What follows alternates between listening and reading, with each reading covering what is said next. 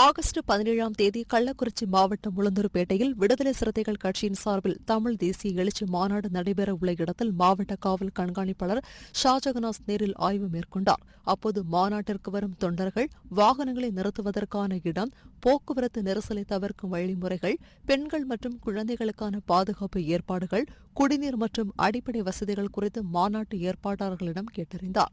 மேலும் மாநாடு நடைபெறும் இடத்தை சுற்றி போடப்பட வேண்டிய பாதுகாப்பு வளையம், கண்காணிப்பு கேமராக்கள் அமைக்கப்படும் இடங்கள், அவசர கால ஊர்திகள் மற்றும் தீயணைப்பு வாகனங்கள் நிறுத்தப்படும் இடம் ஆகியவற்றையும் மாவட்ட காவல் கண்காணிப்பாளர் ஷாஜகனாஸ் பார்வையிட்டு அதிகாரிகளுக்கு உரிய அறிவுரைகளை வழங்கினார்.